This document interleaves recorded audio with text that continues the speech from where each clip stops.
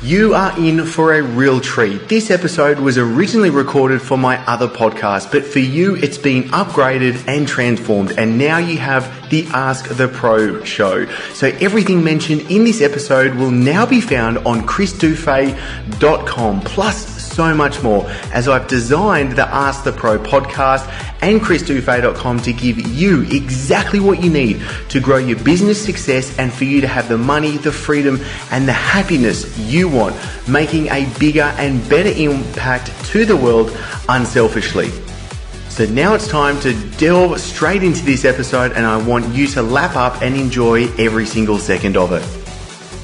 My brother from another mother, Charlie, it's fantastic to have you on the Turning Pro Academy podcast, buddy. I'm excited to get into this because what you, your partner, everything you're getting into, and plus you're a man living the dream that I think a big reason why I wanted to bring you on with this episode was to unveil for the listener what's possible, like giving someone else's perspective of living the life that you want and tailoring your business around the actual life that you want to be living on a day-to-day basis. So, Charlie, thank you so much for taking the time for coming on board with me, buddy. Dude, good to be here. It's been too long since we've had a chance to talk. Absolutely. Okay, so before we start diving into these questions that I've got here right in front of me, who is Charlie and why is he so phenomenal? Because I know that, but we just need to make sure the listener knows that as well. Yeah, so I'm Charlie Houpert. I run a business called Charisma on Command with my best friend from high school and my best friend from life. His name is Ben. And it sort of arose out of a common need between he and I. And for me, it was that I was just not very good with people, particularly women. So like for my whole high school and college experience, I was just clueless around, how to set up a date or how to even to get a girlfriend. And from that, I started focusing more on it, reading more about books, reading, watching video programs, that sort of stuff. And as I started to sort of crack the social matrix, I found that my friends were asking me for advice with their dates and, how they should handle some interaction with the professor. And it kind of grew into something that I was doing on the side, which grew into this business called Charisma on Command. And what we do today is we help people be more charismatic and confident in the moments that matter the most to them. And so for some people, that's a first date. For some people, that's an interview or a pitch. It's just all sorts of different things where you know that you want to be on and don't want to take the chance that you kind of flub it. I love this, and I think it's so important on so many levels, whether someone's married, single, in any sort of social situation. Charisma is so important. But I tell you what, maybe even before, to you, Charlie, what does charisma mean? Yeah, so this is something that I've circled around for a long time, but when I think about it, it really boils down to leadership. And oftentimes in life, we float through waiting for someone else to smile at us on the street or to start conversation at a networking event. And when I look at the common thread between so many of the people that I view as charismatic, we do a lot of breakdowns on our YouTube channel. So I look at, Bill Clinton, Russell Brand, Jennifer Lawrence. The common thread between so many of them is that they're willing to go there first. They will lead. They will crack the joke first. They'll say hi first. They'll call out the big elephant in the room before anyone else is willing. And I think that willingness to expose that human aspect of yourself is really at the core of what charisma is. I love that. And it's like, that's just timely because I was having a conversation with someone just the other day and they were whinging about someone not giving them what they needed, like with a partner and everything. And I was coming back and I was like, but why don't you just do it first? Like, why don't you just come back, take the high road first and not have any expectations of what they're going to come back with? I think that's a really important part of it. Now, obviously a big part of what you're giving everyone through Charisma on Command as well is confidence. Where do you think that stems from lacking? Is it just from a lack of not knowing, or is it kind of like we've all been bit in the butt and had a bad experience before, so we kind of want to avoid the pain and not go there? Where does that come from? Yeah, so I think that when people think about confidence, there's really two things. There's self-esteem and there's confidence. And the difference between those, at least in my mind, is that confidence is generally particular to a situation. So, you probably feel very, very confident training, right? That's just something where you kick butt in your life. But there might be other areas of your life where you don't have experience that are not as comfortable for you, where you sort of lack confidence. Self-esteem is what you bring with any sort of thing that you go out into. Self-esteem says, I have the capability to learn to do this well. If I screw up, it's not a big deal. So when I come at confidence, I think it's two things. The first one is, from a confidence perspective, how are you imagining this going? People that lack confidence tend to play out scenes in their head of failure over and over and over again. And people who, have confidence have experiences in their real life of it going well, so they expect it to go well. And then the self-esteem piece, it can take a while to build, and it's really, it's a worthwhile project for anybody over the course of their life. But that is what you take with you that just lets you say, you know what, however this goes, whether I kick ass in the gym or I don't, whether I bench press the most or I bench press the least or somewhere in between, I am okay with myself where I'm at today. So I think that when I work with people on confidence, we tend to tackle it from both of those. What's the specific thing you need confidence in? Mm-hmm. And how can we build your self-esteem in all areas of your life? I think the entity of self-esteem, that's just, I see that as something that's so important that something can stem through, and it has a thread through every bit of life, what's going on. And if you have exactly what you said, you'll be able to hit any situation and be like, you know what? I'm just going to give it a really good crack. I'm sure I'm going to go all right with it, and nothing that bad's going to come out with it at the end. What's a quote I heard the other day? What's on the other side of fear? Nothing. There's no need to actually have it right there, so you can kind of move on forward. Now, let's kind of break this down, Charlie. Would you have an example of someone, we don't have to name names or anything, but would you have an example of someone that you've worked with Charisma on Command that you'd be like, you know what, this is something we see all the time, and these are a couple of the key steps that we walk them through? In terms of building confidence, charisma, or working on what aspect? Let's go with self-esteem, maybe just whole entity self-esteem, and then maybe we can delve on into a specific situation in their life they need to build that for. Sure, let me think. So I think that honestly, with everyone that I work with, self-esteem is a piece of it, because I think it's the piece that is the most neglected. And it often, you can see someone who is very confident in one area, like I said, but they lack it. When you're building self-esteem, it starts, I think, with self-honesty. A lot of people are afraid to admit the areas in which they have failed in the past. So they have this idealized version of themselves, and they think that is self-esteem. They're like, oh, I have this very arrogant, self-assured picture of myself in my head. And actually, the first step is giving an honest accounting of where you are at in your life. Because the underlying crux of self-esteem is being okay with whatever happens. And that means being okay with your past. It means being okay with your failures. And it means being okay with your successes as well.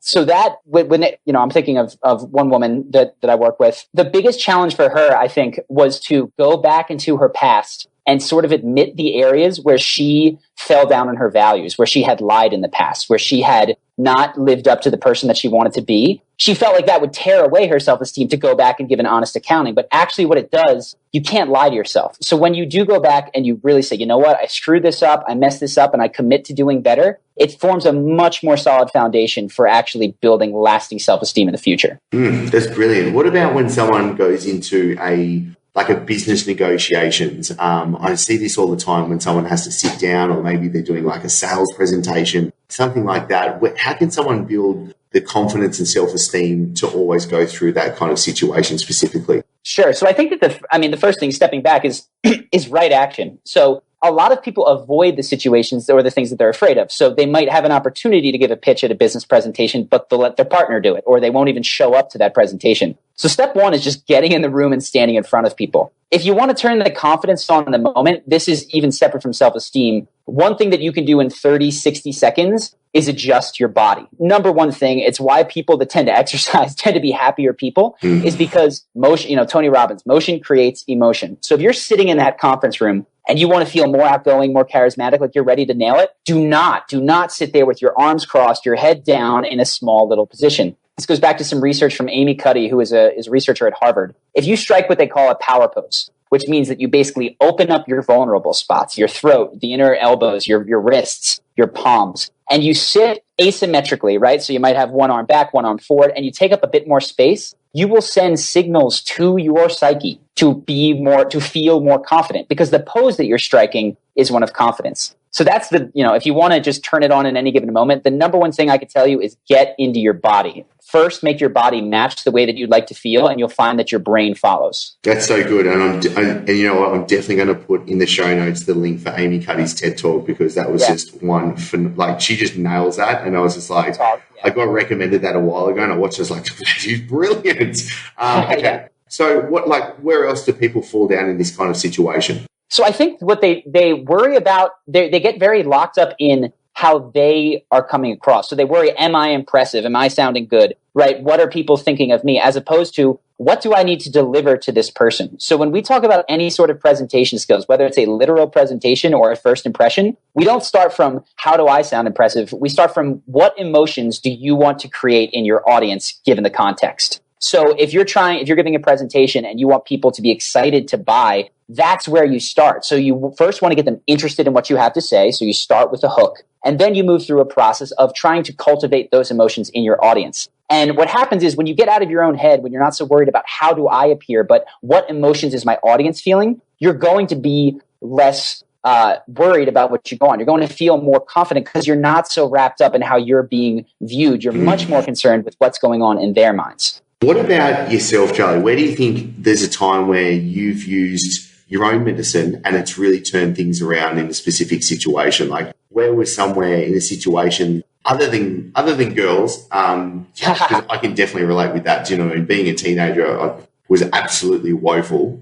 Would shy away completely. What about yourself? Was there something else that you can kind of like, yeah, you know what? I really nailed this situation now. Sure. So, I mean, I think it's probably because we're talking about presentations, but there was a point in time where I was working as a consultant. I was writing on the side, but this business did not even exist. I was familiar with a lot of the tenants, but I went into my boss's office basically to quit my job and or ask for a remote work arrangement. So it was really high stress for me. I was walking into this conversation knowing that it was a $70,000 a year conversation. If they let me work remote, I was going to have an income. If they didn't let me work remote, I was out of a job. And so I started to shake. I mean, I'd set this time on my boss's calendar, and literally at 15, 30 minutes before, the entire day I was worried about it. But I started to tremble as I thought about what would happen. And I remember walking into his office. He has no idea what's coming. You know, this is a first year analyst who's about to ask him for a remote work arrangement. That doesn't even cross his mind. But I very purposely sat in the seat. And the first thing I did was, as soon as I sat down, I took a huge deep breath. I smiled. I said hi to him as I usually do. And like I just talked about, I rotated my wrists open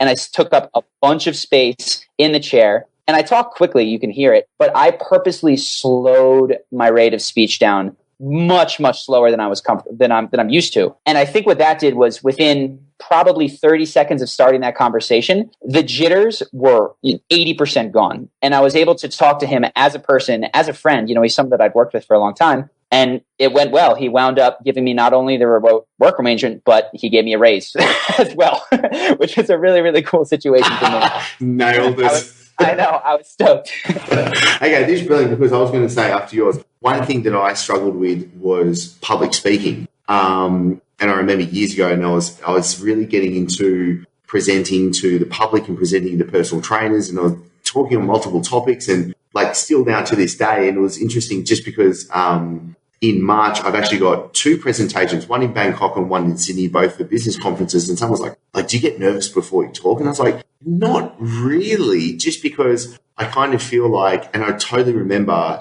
reading Tony Robbins, and when he talks about your motion creates emotion, you just have to set your actual physiology up to change your psychology. And it was kind of like going through those steps. Now, I find it actually really comforting being able to kind of step up and talk in front of people and really put yourself out there as well. But I also found, it's really funny you brought that up, actually having to slow my speech down kind of really just chilled me out and let kind of my brain go, okay, you're all good, take it as you come, and then you can kind of like move on in. And then from there, it kind of like you get into that flow state, everything kind of just starts moving on from there. So I totally agree with where you're at. Now, yeah, and I think it depends a lot on where you want to go. So there's times when I'm shooting a YouTube video and I want to be up. You know, I've been laying around all day. I haven't done a lot, and I want to wake myself up. So I'll purposely do a faster rate of speech when I start talking. When the situations where you have the jitters, like the situation I talked about, or you giving a speech at one of these places, absolutely right. Slow it down, center yourself. It really depends on where you're starting and where you want to get to. Awesome. Okay, I love that. We're going to take a quick break, and we'll be back in a split with so much more for you. Now, I know you're listening and tuning in because you know how important your health is and how this can also catapult your business. This is why I'm very happy to say that this podcast is sponsored by My Body Blends and my favorite, the Superfood Elixir, the powerful greens drink. Now, this is designed specially to boost energy, aids detoxification, enhances the ability to burn fat, supports healthy carbohydrate metabolism, and best of all, is voted best tasting greens drink. Now, myself and the My Body Blends team are looking for ambassadors to join. So you and your clients get the health benefits plus adding in a strong income stream for you and your business. The ambassador program, which is by application only, means you get exclusive access to sell My Body Blends products like Superfood Elixir to your clients, plus giving you the special ambassador pricing and bonuses. So once you become an ambassador, you can join other top health and fitness players that are adding thousands to their week's income. Now, there is only a limited number of ambassadors we are taking on board, as this is a tribe leading the way together. So to apply and to join, go to mybodyblend.com/ambassador or add the checkout code that is TurningPro, all one word, when you're going to get your own Superfood Elixir to order. Plus, you're going to get free shipping and a bonus to save yourself over $250 instantly. So just use that coupon code TurningPro in the checkout and you can save over $250 right now, all on mybodyblend.com. Now, let's kind of have a bit of a head-snapping turn in this interview right now. I want to talk more about you, Charlie. Now, only 2 days ago, you just got back from Rio. Where are you at the moment, actually? Where is this conversation holding? I am in Medellin. I'm in my apartment in Medellin. Back in Medellin. Brilliant. Now, in Rio, in Medellin, before that, you were in Vegas? So, yeah, I visited home, which is I grew up outside of Philadelphia, but we'd spent our actual time for the last year living in Las Vegas. Beautiful. So, obviously, we get a good snapshot already that you're a bit of a baller when it comes to being able to move around, which is brilliant and why I think we connect so well. What's for you, like, why do you create the lifestyle that you live? Sure. So I think that when people hear that I can travel, and I do travel as much as I do, I think the first misconception is that I spend 7 days everywhere I go. I'm absolutely not a backpacker. I really enjoy getting to a place, learning the language, meeting local people, having a routine. That makes me feel happy. But I also find that after 10 to 12 months, I crave a change. And that's been the schedule. It was New York, then it was Rio de Janeiro, then it was Las Vegas. Now it's Medellin. After this, it'll be Vegas and somewhere in Asia. We might be crossing paths. But we bloody well look better. I'll tell you that much. Sorry, keep going. Totally.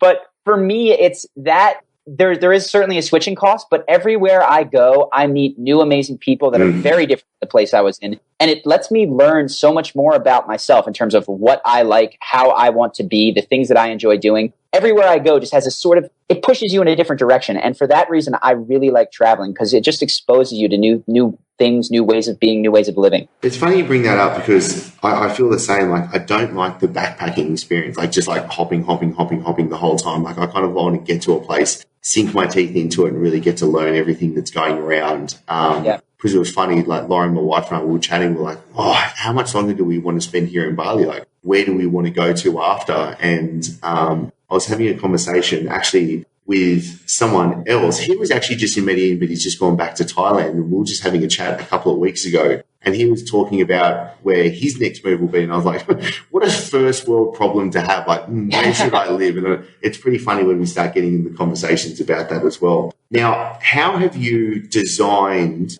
your business to be able to let you operate the way that you want, Charlie? If the listener right now is like, okay, he's doing a phenomenal job, he's got the freedom, how does that work? How can I start putting that into myself? Sure. And I think the answer is it's got to be, it doesn't have to be. We created our business that way. So we were in New York City when we started the business, and 80 to 90% of our business was in-person coaching. We would go out with people, we would work with them one-on-one. And we had an option at one point, which was, okay, we've been planning on going to Rio for a year in August, but we've got this business and it's growing. Do we, A, continue to grow the business and just let it sort of run our lives? Or do we, B, fire our clients, deal with it when we get to Rio, and then create it there? And I think it's a matter of priorities. For us, we wanted to start a business that allowed us to travel. So we traveled first and then figured out how to do that second. What it wound up looking like for us was Skype coaching was big for us. And now we've done a lot more online video courses, books. That has become a much bigger source of income. But really the forcing function for us was not having the luxury of being in one place. We forced ourselves to move to a new place, which forced us to come up with new creative ways to make money. I think that's a really good point, because I feel like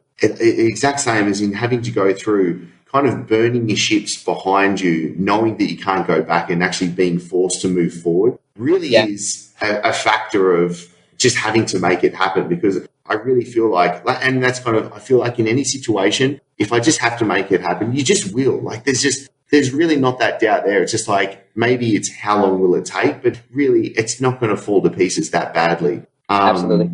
What was the conversation like between you and Ben when you had to decide, let's just go to Rio, let's cut everything here and move forward? So we are actually this is something I think helps us a lot. When we need to make a decision, we start from our values, and we will literally write down on a piece of paper the things that matter in our life. And they're not sophisticated. One of them is good weather, right? The other one is friendly people. So we write all these down on one column. And then the column above that, we have the places in our life. So we had Rio, we were actually looking at Bali, and we had New York. And then on a scale of 1 to 10, we just went down and ranked them. Weather, okay, Rio, 9. Bali, 9. New York, 5.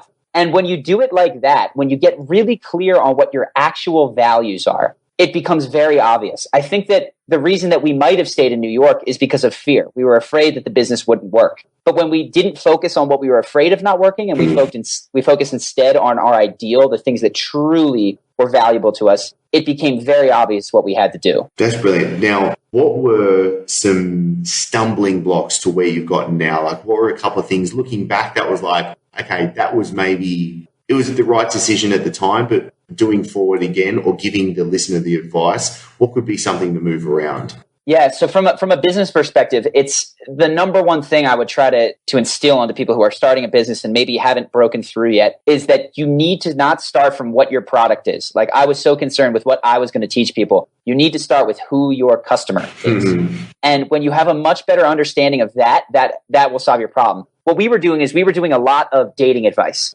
And, it was something that I was interested in. I liked doing it. But what that meant is that our customer was 18 to 21 years old, in college, nice enough kid, but didn't have any money, and certainly not enough to support our business. And so when we switched and we said, okay, who do we want our customer to be? We interviewed our friends that, even though they liked us, had never hired us for coaching. And we said, what do you want? And why haven't you hired us? And we got back all these fascinating answers. They weren't interested in dating advice right away. They wanted to talk about charisma in the workplace. They wanted to talk about confidence in the situations where, they had it 90% of the time, but they wanted the 10% where it wasn't there for them. And so when we started, not from what we wanted to teach or do, we started from what does our customer need? That shifted our entire business. That's where we got our name. That's where we actually rebranded. And literally, just from changing the name and focusing on that customer, our business probably doubled within just that month. By far, the number one thing we've ever done for our business. That's so good that you bring that up, because before I started the nutrition company that just launched, I was having a conversation with someone, and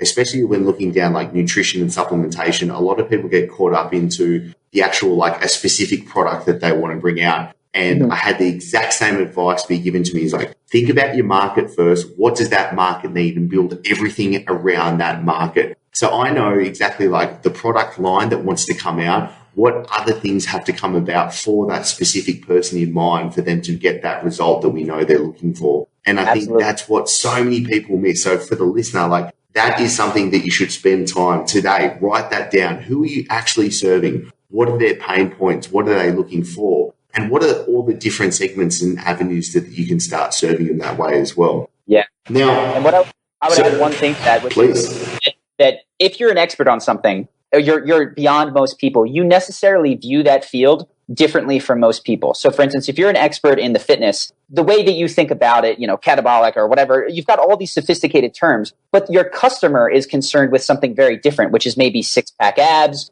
losing weight, feeling energized. So I highly recommend, don't just think about what they want. Interview your actual customer, right? Someone that you would love to hire you. Talk to them and then use their words when you're designing all of your marketing material. Because that was a big breakthrough for us, was not focusing on the way that I perceive the situation, but again, focusing on the way that they perceive themselves currently and where they wanted to get to. Brilliant. Okay, now what's in the future? We're recording this just before 2016 comes. This will launch in 2016 early. What's coming up in the next year for yourself and Ben? Sure. So in terms of life, Ben is doing music production. I've been doing a lot of singing like that. We like to spend a lot of our free time. Ben actually did a cage fight. He was in an amateur fight. He won. I've been training MMA. I don't know that I'm going to step in the cage. From a business perspective, though, YouTube is where it's at for us. We had not focused much on our channel, and it had probably last month about, 2 months ago, it probably had 5,000 subscribers. Giving it a little bit of attention, a little bit of marketing love, adding more videos. I've now dedicated to doing one video a week. We've gone from about 5,000 to 12,000 subscribers in a very, very short period of time. Yeah, and it's getting tons of interactions, tons of email signups, and is directly leading to the majority now of our sales. So it had always been there staring me in the face. We're a charisma company. Why the heck am I not doing video? But doing that is going to be really my business focus for 2016. Do you think the brilliance of what you're doing is you found what's worked and therefore you can kind of double down on that? Absolutely. And it's so silly because it's such easy advice to listen to and give, figure out what works and do more of it. Yeah. But God, it was staring me right in the face for so long. Totally. We had people begging for more videos, and I was just like, nope, I'm going to write articles because I like to write articles. and I do enjoy writing articles, but it's really fun to interact with all of these new people that come in. I mean, we had 300 subscribers today just because. And so it's been much more fun to do something that is working. Not that the articles weren't working, but it was a much slower rate of growth. So yeah, doubling down on something that was staring me right in the eye. I don't know how to get people to break through on that, but yeah, look for the things in your life that people are asking for more of, that they are already saying we love, and then do that. I think especially being kind of like recording this in New Year, I think, and this is actually something I've got planned for today, hence why it's on the top of my mind, is actually having some reflection time, looking back, say, for the past 12 months and saying, what's worked, what hasn't worked, what can I do better, what do I stop doing completely, what do I do more of, who do I need to go to, what do I need to learn, like all these things, kind of being able to look forward. Because I also find a lot of the time I'm listening to podcasts, I'm listening to audiobooks, I'm reading books, and I'm kind of using that as always looking for something more, something new, and where I'm not actually completely implementing it as well. Now, something that you've nailed, and I think a lot of the listeners are going to be resonating with, is initially when you started in New York, it was a lot of face-to-face work that you were doing. And now the location independence is what you have. What's the actual end product look like that your customers are coming towards? Yeah, so our big product right now, we've got two. We've got one related to dating, which is called Date My Dream Girl, and then one that is related to general charisma, which is just called Charisma University. And so our business looks like you come in, you watch a video, you read an article, and we offer you something related to that in exchange for your email. When you go through that email, then we've got a long responder set up that gives you tons of stuff related to what you came in for. And then after about a month says, if you've enjoyed all this and you want to get more, this is the best thing we've ever created on this topic. We're going to open it for this period of time. We have a program called Deadline Funnel that allows us to have limited launches per person. So basically, if someone signs up on January 1st, it'll give them a cart that works just for them February 1st to February 5th and then shuts down. Yeah. So that way we're able to create scarcity. And then it's, do you want to sign up or don't you? And we're seeing that people are really, when we have that now or never sort of attitude, people sign up and they really like it. So that's what we're driving people towards. I think it's so brilliant because scarcity in the factor of psychology and marketing, it's just so needed. If someone doesn't really have a reason to act right now, most people are just going to procrastinate and twiddle their thumbs all the way through it. But if you're saying, look, pull your finger out now, you've obviously come to me for a reason. Here's the solution and here's what's going on. Like, take it or leave it right now. I think a lot of people can take that on board, especially running their businesses that are listening at the moment as well. Now, that's been huge stress. Why do you think you've become so brilliant that you are right now, Charlie? Like, what's I don't want to, like, this is kind of blowing your own smoke, and absolutely go for it because I think you deserve it. But what's something that you just think you've absolutely nailed that's come to this for where you are now? So related to the business or related in terms of allowing us to have the freedom to travel? You know what? Just in general in life, it doesn't completely have to be about business. Sure. So I think that for Ben and I, one of the things that I am going back to the self-esteem and a lot of stuff we talked about earlier, we have this core belief that is, it'll all be okay. And what that allows us to do is to not settle for good enough. So Ben had a really good, high-paying job. And because of the belief that, you know what, I'll be okay, all of his coworkers were worried, if I leave this job, will I ever make as much money again? Will I ever have the kind of prestige that I have? And he's instead able to focus on what does my ideal life look like? So when you have the baseline, this belief that, you know what, I'm not going to starve to death. My friends will look out for me. It's okay if I fail 10, 12 times. Eventually, I'm going to get to where I want. That allows you to continue to move towards your ideal and not settle at any point for good enough. And I think that has been an underlying driver of almost every decision we made. The amount of time we work, the places we live, the kind of business we run, the things that we spend our day doing. We are designing it and pursuing this ideal of ours. And it's allowed us on every step of the journey to just be really happy and satisfied with where we are. I think it's really good that you've brought that up. And especially you touched upon it before really briefly with both yourself and Ben focusing on music as well, like something that you want to be doing on the side. Yeah. Training is obviously a big part and kind of like what we always chat about, but also looking forward and having other realms, because I find so many people can just be so consumed about how do I earn more money? Like what, and just kind of like being stuck in the business, where myself, I kind of looked at, right, this next year, what are a couple of things that I want to learn that can be completely different? And I was going to shoot a video of this. I will shoot a video on this, but I kind of like, I'm more than happy to put this out there. It's like next year, I really want to be great at surfing. I want to be able to learn Indonesian, and I want to learn to play Spanish classical guitar. And I was just like, what are 3 things that are just completely different, like just random, like different from my brain, something I haven't done, something I've always wanted to do, and kind of like then designing it around doing that. So again, on the same page, bro. Yeah, totally. Love it. Okay, now, where does the listener go right now? Charisma on Command, what are the links? Let me put them into the show notes so then we can get straight over for you. Sure. So we talked about it. I would actually start on a YouTube channel because that's where I'm paying attention. All right. So it's youtube.com/charisma on command. We'll take you to our channel. If you're interested, go ahead and subscribe. I've made it my resolution, pre-New Year's, to do at least a video a week. And I think that that's something I've not been consistent with, and I'm dedicated to doing it this year. So if you're interested in the videos, we have a lot of breakdowns of famous people, Bill Clinton, that kind of stuff, how they do what they do. And then if you want articles, which I was addicted to writing for a long time, you can check out our website. That's charismaoncommand.com. And of course, I recommend you sign up for the email list. There is this sale at the end of it that is Charisma University if you're interested. But beforehand, there's just it's a good path that takes you from starting, okay, what should I focus on step 1 to step 2, all the way down the line. So whether or not you wind up buying, I think it's a really, really valuable thing to sign up for. All right, definitely. So I'm going to put those links into the show notes so you can get straight over. Now, I'm subscribing right now. If I don't see a video coming out every week, I'm going to be on your ass. I'm going to hunt you down. So I'm expecting this as well. Appreciate it. Okay. You were the last person I want trying to kick my ass. So it's all good. Absolutely do it. Okay, excellent. Now, Charlie, it's always a pleasure talking with you. I'm looking forward to bringing more. Now, for the listener, I know there's a lot of questions that might be brought up from what Charlie and I have kind of unveiled right here, and especially more from Charlie. And we can definitely bring Charlie and Ben on it as the duo that they so fantastically are as well. So if you have questions, get in contact with us, send us a message and tell us what you want more of. What questions, what are other things about charisma, the confidence, the self-esteem, everything that we've touched upon. And then Charlie and Ben can start deep diving into the brilliance that they are and giving you to that. But Charlie, as always, mate, it's always great chatting with you. I'm looking forward to more very soon. Great catching up with you, man. So now it's time for you to click on over to chrisdufay.com. That's chrisdufey.com to get all the guides and show notes. And if you are wanting the workshops where I walk you through how to build your online business, click on over to chrisdufay.com/start here. This is where I can give you the exact training guides and the workshops for exactly where you're at and the answers that you need.